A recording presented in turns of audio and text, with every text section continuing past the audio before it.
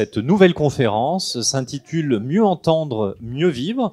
Et pour mener cette conférence, nous accueillons Jean-Baptiste Bonnefoy d'Audio Solutions. Bonjour. Bonjour. Est-ce que vous pouvez vous présenter en quelques mots pour notre auditoire? Bien sûr, avec plaisir. Je me présente, Jean-Baptiste Bonnefoy, je suis audioprothésiste, diplômé d'État français. J'ai passé mon diplôme en 2005, ça fait maintenant presque 20 ans que je suis audioprothésiste sur la région stéphanoise et le bassin stéphanois. J'ai travaillé pour une société pendant une dizaine d'années et voilà maintenant 10 ans que j'ai créé mes centres d'audition sur Saint-Étienne, Roche-la-Molière, Saint-Just-Malmont et Dunières. Très bien. Donc, comme s'intitule votre conférence, on va parler audition. Vous allez avoir une vingtaine de minutes pour nous parler de ce sujet qui est passionnant. Et au bout de ces 20 minutes, eh bien, vous avez pris l'habitude maintenant, hein, on échangera ensemble, vous lèverez la main pour pouvoir poser des questions. Écoutez, la parole est à vous. Merci. Je représente ma collaboratrice aussi, Madame Decelle, qui est audioprothésiste, elle, sur la plaine du Forêt, Andrézieux, sur Île-Comtal, Montbrison. Voilà. Je vous propose d'aborder plusieurs sujets aujourd'hui. On va faire un petit tour d'abord de l'audition dans le monde et en France, ce qui se passe un petit peu sur notre planète. On ira voir, on vous présentera nos équipes, tout ce qui est bénéfice de l'appareillage, la réforme 100% santé. Je pense que beaucoup d'entre vous en ont entendu parler. Pourquoi ça a été fait, dans quel but, quel est l'objectif de cette réforme. On vous parlera du parcours de soins, parce que souvent on a beaucoup de questions sur comment ça se passe. Et puis on vous parlera aussi des nouvelles technologies, on fera une petite veille technologique sur tout ça. Aujourd'hui, on est 8 milliards sur la planète. On estime que près d'1 milliard de personnes ont des problèmes d'audition.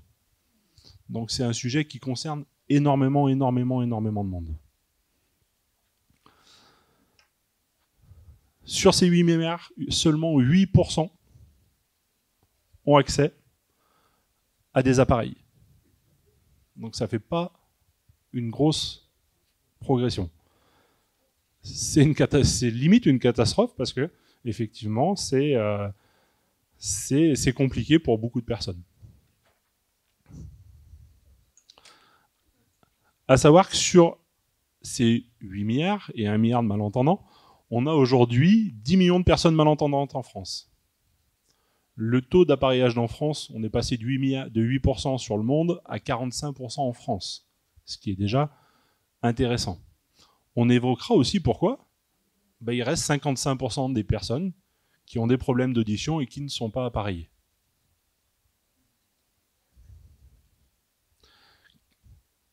Quels sont les principaux freins à l'appareillage ?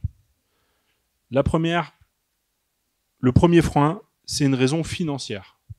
Effectivement, aujourd'hui, un appareil auditif, c'est un budget qui est conséquent. Ça s'est amélioré, il y a des choses qui ont évolué, on va en discuter un petit peu après.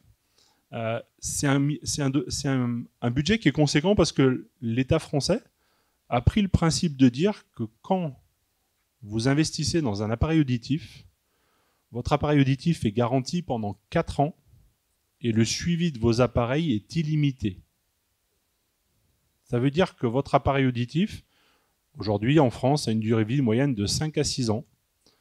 Vous êtes dans le droit d'aller voir votre audioprothésiste à n'importe quel moment de la durée de vie de votre appareil auditif.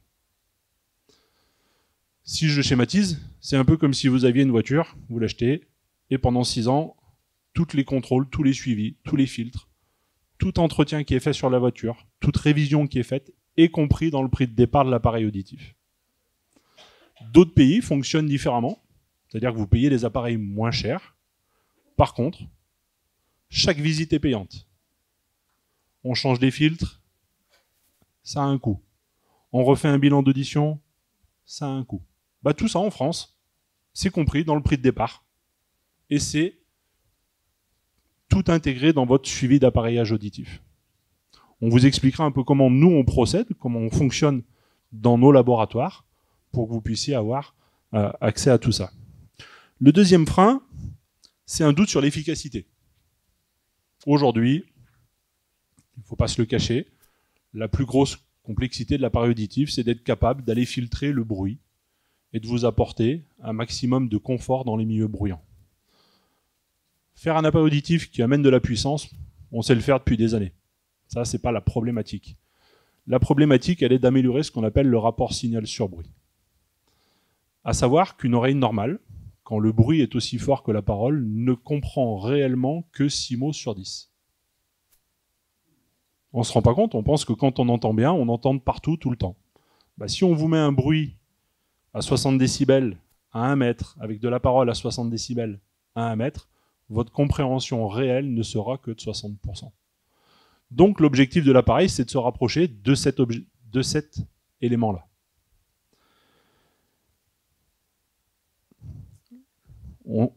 Du coup, j'ai découlé un petit peu sur le troisième point, la notion de ne fonctionne pas en milieu bruyant. On va voir un peu plus tard dans la veille technologique les avancées qu'on a fait là-dessus. Inconfort, on en revient un petit peu à la même chose. Embarras, opinion des proches. Aujourd'hui, pour moi, c'est presque l'un des freins les plus problématiques. C'est que souvent, il y a l'aspect psychologique de prendre un appareil auditif. On se dit, je vais prendre un petit coup de vieux en mettant un appareil auditif. Je vais prendre 1 minute pour vous raconter une anecdote. J'admets pas un monsieur un jour que je rencontre en premier rendez-vous. Et ce monsieur n'a pas du tout envie d'appareil auditif. Il vient parce qu'il est poussé par sa femme, qui en peut plus. Elle en a marre de répéter. On discute et puis ce monsieur me lâche textuellement « Je ne veux pas d'appareil auditif parce que je n'ai pas envie d'avoir l'air d'un vieux con. » Ça a été ces mots textuels. J'ai pas eu le temps de rebondre. Sa femme lui a dit « Écoute, hier soir on était au restaurant, t'as tiré la tête à tout le monde m'a demandé si t'avais des problèmes de santé, t'as pas discuté, t'as été triste toute la soirée, et en fait t'es passé pour le vieux con toute la soirée. » Et ce monsieur, il m'a regardé, il m'a dit, j'ai passé une soirée épouvantable hier, je me suis mis dans un coin du restaurant, j'ai plus rien fait. Et je lui ai dit, il y a 2 solutions. Ou on active un appareil auditif et on essaye de vous redonner un lien social rapidement, ou on reste comme vous êtes, mais les soirées vont s'enchaîner comme ça. Et aujourd'hui, c'est un monsieur que je vois depuis une dizaine d'années, et ce monsieur, dès qu'il est en panne, mais dans la journée, il vient me faire réparer son appareil auditif. Parce que c'est devenu un vrai besoin social pour lui.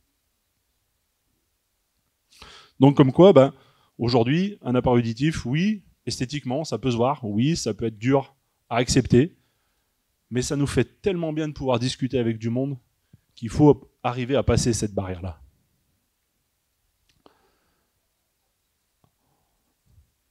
Tout à l'heure, on parlait que 45% des personnes ne sont pas appareillées. Ce tableau, il est assez représentatif. Il nous explique, hop là, excusez-moi, le laser, il est là, hop là. Tout simplement parce que 90% des pertes légères ne sont pas appareillées. 70% des pertes modérées ne le sont pas. Et quand on arrive sur plus la perte est importante, plus le besoin d'appareil se fait ressentir et plus on va faire la démarche. Mais on estime aujourd'hui que ces patients-là, ces malentendants, aujourd'hui se coupent de beaucoup de choses par rapport au fait de ne pas entendre. Je vais vous présenter un petit peu notre société. Nous sommes des audioprothésistes indépendants. Ça veut dire qu'aujourd'hui, nous ne sommes pas affiliés à une marque. Chaque audioprothésiste dans nos centres a son laboratoire, un ou plusieurs, en fonction un petit peu des secteurs. L'indépendance, pour nous, ça veut dire qu'on est libre dans le choix des fabricants avec lesquels on travaille. Et pour nous, c'est une donnée obligatoire. Nous n'avons pas de direction qui nous impose de travailler avec telle marque ou telle marque. On est libre d'aller choisir tel fournisseur ou tel fournisseur pour chacun d'entre vous. Il n'y a pas 2 oreilles pareilles. Il n'y a pas 2 personnes pareilles. Notre travail, à nous, il est d'adapter à chacun et de faire le point sur quels sont vos besoins et d'aller chercher l'appareil qui correspond le plus à vos besoins. Il y a des marques qui ont des spécificités. Il y a des marques qui sont faites pour des surdités profondes. Il y a des marques qui sont faites pour des surdités légères. Il y a des formes d'appareils qui vont mieux s'appliquer à votre oreille pour être plus discret. Il faut qu'on adapte en fonction de tout ça. Donc nous, l'indépendance aujourd'hui, elle est importante pour nous parce que on veut être libre dans le choix des appareils que l'on veut faire avec qui on veut travailler. Aujourd'hui, on est présent sur 6 départements. Nous sommes 14 audioprothésistes. Nous sommes tous diplômés d'État français. Ça veut dire que nous avons tous eu à faire un concours pour rentrer à l'école d'audioprothésiste. Et derrière, on a fait 3 ans de formation dans cette école. Donc on est un diplôme d'État, comme les infirmiers, comme les masseurs kinésithérapeutes, comme les orthophonistes. On a été formés pendant 3 ans.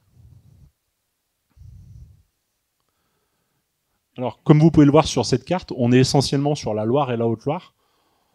L'objectif pour nous, on s'est regroupé sous une même entité de façon à ce que, si un jour vous êtes sur une région particulière, vous puissiez aller vous voir un autre magasin, si vous êtes plus près de ce magasin-là, pour vous dépanner ou pour acheter des piles ou pour le faire nettoyer. Il peut y avoir un suivi sur plusieurs entités. Il n'y a aucun problème pour nous, ça.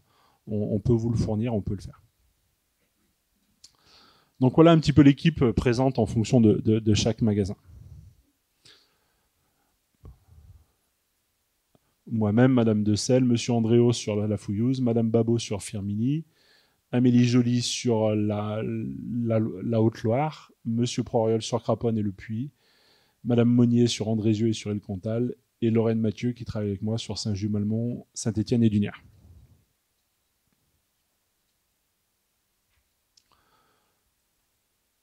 Les bénéfices d'un appareil auditif. Alors avant tout ça, il est déjà important de refaire le point sur comment fonctionne l'oreille.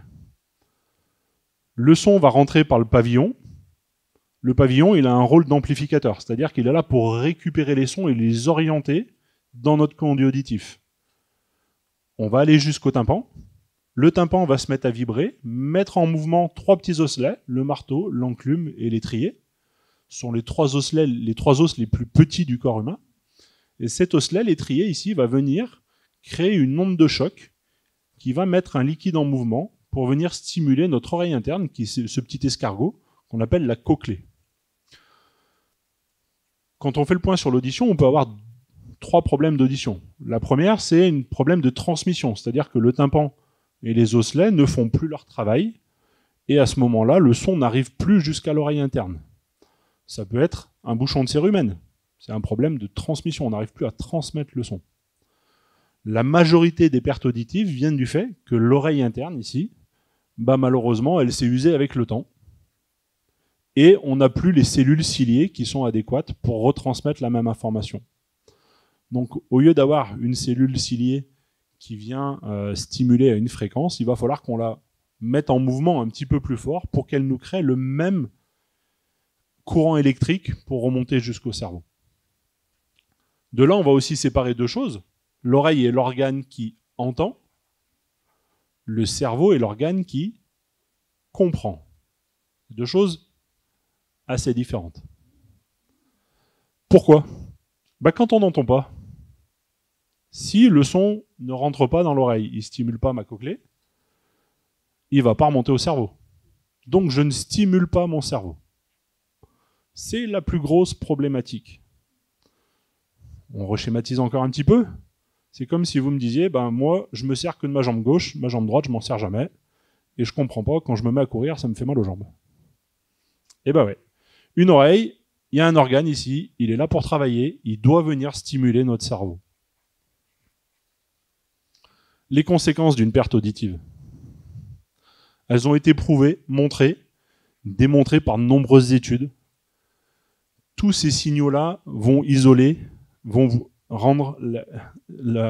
accentuer l'isolement. Excusez-moi, là je vous mets un petit peu toutes les études qui ont démontré ça ces dernières années. À savoir que les études en audition se portent sur le monde. C'est des gros groupes qui travaillent sur le monde entier. Et effectivement, c'est des études qui sont montées facilement sur du 5, 6 ans, 10 ans. Quelles sont les conséquences ? Perte d'attention, compréhension réduite de la parole, trouble de la communication avec l'entourage. Quelqu'un qui n'entend pas, des fois, il a tendance à prendre la parole sans avoir écouté ce qu'on lui a dit, mais il enchaîne avec quelque chose d'autre. On change de sujet. C'est pas un tabou, c'est que parfois, plutôt que de ne pas entendre, je préfère dire autre chose, comme ça, personne n'a vu que j'avais pas compris. Perte de mémoire, très importante. Il a été prouvé qu'aujourd'hui, le fait de ne pas stimuler l'oreille, si vous n'entendez pas, vous ne pouvez pas retenir. Si j'ai pas entendu ce que tu m'as dit, je peux pas l'enregistrer. Donc, un appareil auditif, il a aussi ce rôle de venir stimuler l'oreille et le cerveau. L'objectif d'un appareil auditif, il va reprendre tous ces points-là. C'est de se retrouver dans un milieu qui soit plus facile, plus confortable. On appelle ça le confort auditif. J'ai pas besoin de me concentrer en permanence sur ce que l'on me dit dans un milieu bruyant. Je vais faciliter les choses pour que mon cerveau travaille plus facilement.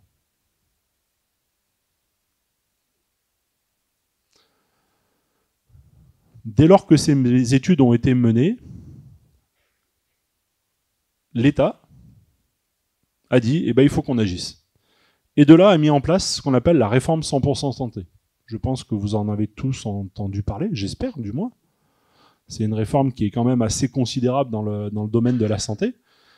Elle a pour objectif en fait de remettre tout le monde sur le même pied d'égalité vis-à-vis de certains accès aux soins, optique, dentaire et audition. C'est-à-dire qu'aujourd'hui, toute personne ayant une mutuelle avec un contrat responsable a la possibilité de se faire soigner en optique, en audio et en dentaire. C'est une avancée sociale énorme. Énorme. Il n'y a pas beaucoup d'autres pays au monde qui sont capables de faire ça.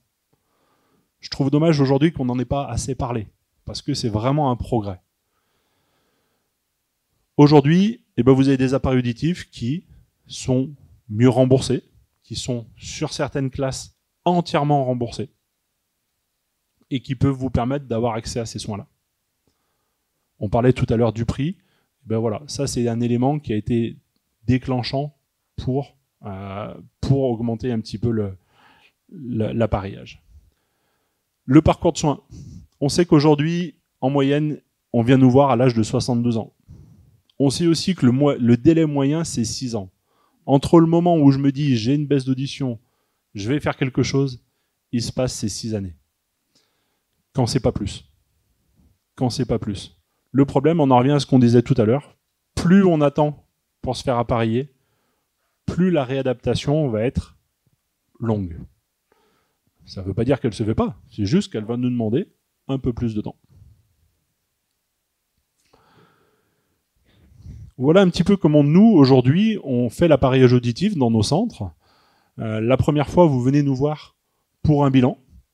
On va établir avec vous quel est votre schéma auditif, quelle est la morphologie de votre oreille, quelle est votre perte auditive, quels sont vos besoins. Et ensemble, on va choisir un appareil. Vous êtes libre de votre budget. C'est-à-dire que nous, on vous présente tous les budgets possibles, faisables, par rapport à ce que l'on peut faire. Et après, chacun va choisir le budget de son appareil en fonction de ce qu'il veut améliorer.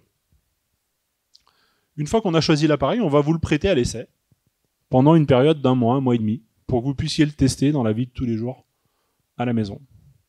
Pendant cette période-là, on va vous revoir toutes les semaines. Et on est exigeant là-dessus. Pourquoi ? Une oreille, elle ne peut pas se remettre au boulot en 1 jour. C'est pas possible. Elle ne peut pas accepter la pleine correction en 1 jour. C'est pas possible. Il va falloir qu'on remette ça progressivement pour vous en route, tout doucement. La première semaine, on va mettre 50%, 60% de la correction. Ça se passe bien, la semaine d'après, on met 70%. Ça se passe bien, la semaine d'après, on remet 80%. Et on remonte ça progressivement. Au bout de cette période-là, d'1 mois, on fait le point. Et là, vous prenez votre décision. Oui, ça m'apporte quelque chose. Je veux garder les appareils. On fait les papiers et les appareils vous appartiennent. Non, ça va pas, ça m'énerve, j'ai essayé, je suis pas convaincu par ce que vous me proposez. Vous nous restituez tout, c'est un essai entièrement gratuit. L'idée, c'est que vous puissiez voir dans la vie de tous les jours ce que l'on peut vous apporter. Troisième solution, il y a ça et ça qui va, mais ça et ça, ça va pas. Ah, peut-être que ce qui va pas, on va pouvoir aujourd'hui trouver une autre technologie, une autre marque. Ce qu'on vous disait tout à l'heure, on n'est pas affilié à une marque, donc on peut travailler avec d'autres solutions. Peut-être que pendant les essais, on va vous dire, ok, ce qu'on a là, ça va pas, il faut qu'on puisse basculer sur une autre marque. Les appareils auditifs. Alors, il y a 3 grands types d'appareils auditifs. Les intra-auriculaires, les contours d'oreille et les mini contours d'oreille. La première chose à savoir, la forme ne fait pas le prix d'un appareil auditif. C'est pas parce qu'un appareil auditif est plus petit ou plus gros qu'il va coûter plus cher ou moins cher. Ça n'a rien à voir. Le prix de l'appareil auditif, il va dépendre de la technologie qu'on va mettre à l'intérieur. Aujourd'hui, fini la contrainte de la pile. Avant, on avait des piles à changer tous les 4 à 5 jours. Aujourd'hui, sur une grande partie des appareils auditifs, vous avez la possibilité d'avoir des appareils rechargeables, c'est-à-dire que tous les soirs, vous avez un boîtier et vous posez dedans pour que ça recharge. Vous les récupérez le lendemain, ils sont prêts à l'utilisation. On va pouvoir les connecter à votre télévision. Gros avantage, plus de notion de distance. Vous avez le son de la télé directement dans vos appareils. On va pouvoir les connecter à votre téléphone portable. Mon téléphone sonne, je suis connecté, je décroche par mon appareil. Allô, bonjour, comment tu vas? On gagne en précision. On n'a plus de notion de distance non plus du téléphone. On va corriger le téléphone aussi via l'appareil. Donc tout ça est ajustable sur chaque appareil. Ça, c'est des technologies de confort. La base, ce qui nous intéresse le plus aujourd'hui, c'est ces deux petits mots-là. C'est l'intelligence artificielle. Aujourd'hui, un appareil est capable d'analyser jusqu'à 8 millions de scènes sonores. Un appareil auditif, aujourd'hui, il travaille en 4 millisecondes. Ça veut dire qu'entre le moment où il prend l'information sonore sur votre oreille et le moment où il la restitue au fond de l'oreille, il faut qu'il se passe moins de 4 millisecondes de façon à ce qu'il n'y ait pas de décalage temporel. Donc plus les appareils deviennent puissants en termes de technologie, plus on va pouvoir leur demander de faire des traitements du bruit pour que ça soit confortable pour vous. Tellement intelligent qu'elle pense comme vous. On est en train de passer un vrai cap. Pour vous expliquer un petit peu ce fournisseur qui s'appelle Starkey. Starkey, il y a 5 ans, est allé débaucher le numéro 2 de chez Microsoft pour intégrer l'intelligence artificielle dans les appareils auditifs. Et on est en train de voir l'évolution sur les premiers appareils qui viennent d'arriver au mois de septembre, et on s'aperçoit qu'il y a un vrai bénéfice à ça. L'objectif, il est toujours le même, améliorer la parole et la compréhension dans le bruit, de façon à ce que vous ayez le plus de clarté possible et le plus de confort possible.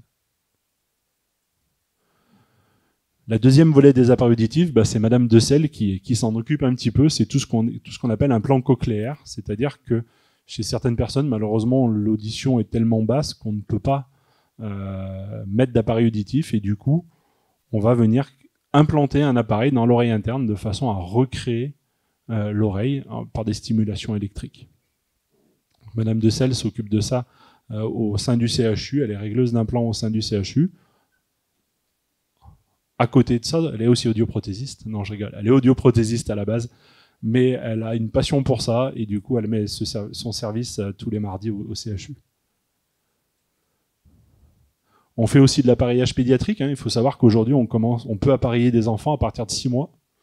Alors, ils ne nous répondent pas comme vous et moi. On a des tests spécifiques pour eux. Donc, on est capable d'appareiller des enfants très très jeunes pour qu'ils développent le plus rapidement possible un langage vocal correct.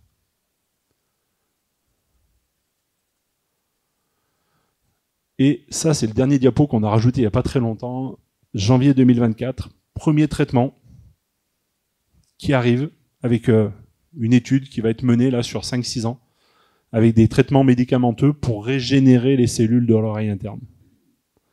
On n'a pas encore les retours, c'est le tout début de tout ça. On attend de voir un petit peu ce qui se passe, mais voilà un petit peu les orientations techniques.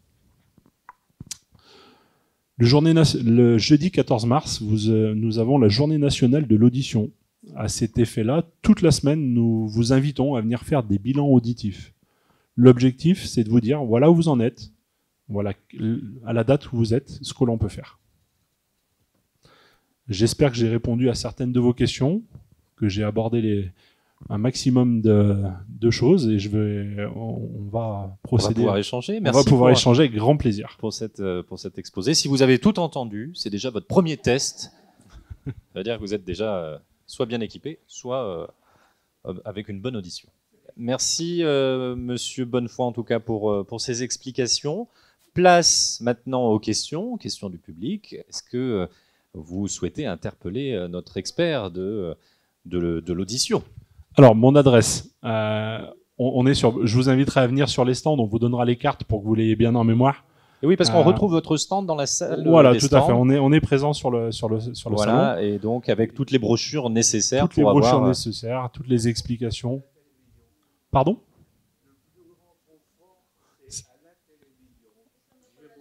Ah, je donne l'explication de ce qu'il est en train de dire. Il parle notamment de la télévision et de la difficulté de pouvoir entendre la télévision. Et donc maintenant, avec ces appareils que vous avez présentés qui sont connectés directement à la télévision, je suppose que c'est la révolution. C'est un confort extraordinaire parce que vous n'avez plus de notion de distance, donc c'est comme si la télé était directement dans vos oreilles. Alors j'ai une question d'une dame ici. Oui. Hop, je vous laisse le micro, madame. Bonjour. Quels sont les facteurs favorisant à la perte de l'audition, et notamment les otites de l'enfance, qu'elles soient séromuqueuses ou les otites infectieuses? Alors, tout ce qui va être otite, on va revenir à ce qu'on expliquait tout à l'heure sur tout ce qui est surdité de transmission. C'est-à-dire que les otites vont avoir tendance à répétition à venir durcir le tympan et à créer une mobilisation des éléments un peu plus compliqués. On a deux solutions pour ça. Soit on travaille par le conduit auditif si jamais il n'y a plus d'otite. Si les otites sont chroniques, même à l'âge adulte, on peut à ce moment-là passer par ce qu'on appelle les prothèses à ancrage osseux. C'est-à-dire qu'on vient mettre un vibrateur au niveau de la mastoïde ici, de façon à court-circuiter tout le tympan et les osselets, et de venir stimuler directement l'oreille interne. Donc finalement, ça se répare. Ça se répare, ça se... Ouais. Ça On peut y remédier en tout cas. On peut y remédier. On peut y remédier. On peut y remédier. Alors, est-ce Et qu'il les y a facteurs d'autres facteurs favorisants aux otites? Non.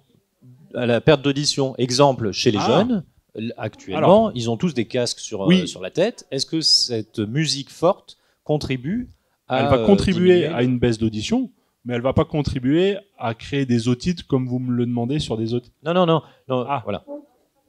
En fait, l'otite est un facteur. Et quels sont les autres facteurs? Les autres facteurs. La première, le travail dans le bruit. La première cause sur votre génération, malheureusement, c'est l'exposition au bruit pendant des années dans le travail, sans protection. Aujourd'hui, dans le monde du travail, il y a beaucoup plus de normes. Il n'y a pas d'obligation. Alors, il faut savoir que c'est un truc un peu particulier. Mais il n'y a pas d'obligation. Ouais, il y a une norme qui est de fournir des protections auditives, mais il n'y a pas d'obligation de les porter. Donc là, on est un petit peu dans des éléments un peu contradictoires, c'est que les entreprises sont dans l'obligation de fournir des protections auditives, des bouchons, des casques sur mesure, quand il y a une certaine intensité, mais les salariés, les personnes qui travaillent dans le domaine n'ont pas l'obligation de les porter. Donc finalement, le premier facteur à risque, c'est le bruit. C'est le bruit environnant dans le travail. Oui, majoritairement. Très bien. Et pour les casque jeunes et le bruit des jeunes, alors le problème des jeunes, c'est qu'en fait, eux vont user leurs oreilles plus tôt. Ils vont être mieux protégés au travail, donc finalement, ils useront moins, et ça va compenser, mais le fait du casque et des oreillettes, c'est qu'ils vont user leurs oreilles plus tôt. Donc on sait qu'on va devoir les appareiller sûrement plus tôt. On en est aussi, aujourd'hui, on prend beaucoup plus soin de sa santé, donc on sait que l'appareillage arrive de plus en plus tôt. D'accord. Une dernière question peut-être? Oui. Excusez-moi, il reste 50 secondes, alors du coup je vais au plus pressé. N'hésitez pas à revenir sur le stand pour en discuter avec nous si vous avez d'autres questions. On sera ravis de vous dire. Qu'est-ce que par rapport aux les gens qui ont des acouphènes par rapport aux prothèses auditives? Oui. Alors, les acouphènes, est-ce que tout le monde sait ce que c'est un acouphène? C'est un bruit interne à notre oreille, à nous et seulement à nous. Personne d'autre ne peut le percevoir. Par les appareils auditifs, on a deux solutions possibles. S'il y a une perte qui est avérée, on commence déjà par corriger la perte auditive et on va utiliser en complément ce qu'on appelle un générateur de bruit blanc. C'est-à-dire qu'on vient, sur votre acouphène, mettre un petit bruit de fond de façon à ce que le cerveau confonde le bruit de fond de votre acouphène. On va mettre cette thérapie-là en place pendant quelques temps. Et tout doucement, on va venir enlever ce bruit de fond de façon à ce que le cerveau en fait, ne fasse plus attention à ce bruit de fond-là. Et en fait, on arrive à éliminer l'acouphène. C'est pas toujours le cas. Quand l'acouphène est installé depuis très très très longtemps, souvent la stimulation par l'oreille de l'appareil auditif va masquer l'acouphène temporairement dans la journée, mais il se peut que l'acouphène revienne le soir. Très bien. Alors, il y a madame qui a une question. Oui. Elle vous la posera juste après. Ah, non, il est parti. Vous avez du psoriasis dans les oreilles? Oui, il n'y a pas de souci. Aujourd'hui, on a plein de solutions avec des embouts analergiques. Il y a plein de solutions qui existent. Donc, non, on peut trouver une solution. Très bien. Merci. En tout cas, on arrive à la fin de cette conférence. Merci à sur l'audition. Et vous retrouverez donc le stand d'Audio Solutions pour toutes les autres questions Exactement. et les éventuelles informations avec des brochures que vous pourriez donner directement dans la salle des stands. Merci, Monsieur Bonnefoy, pour votre participation. Merci, bonne journée.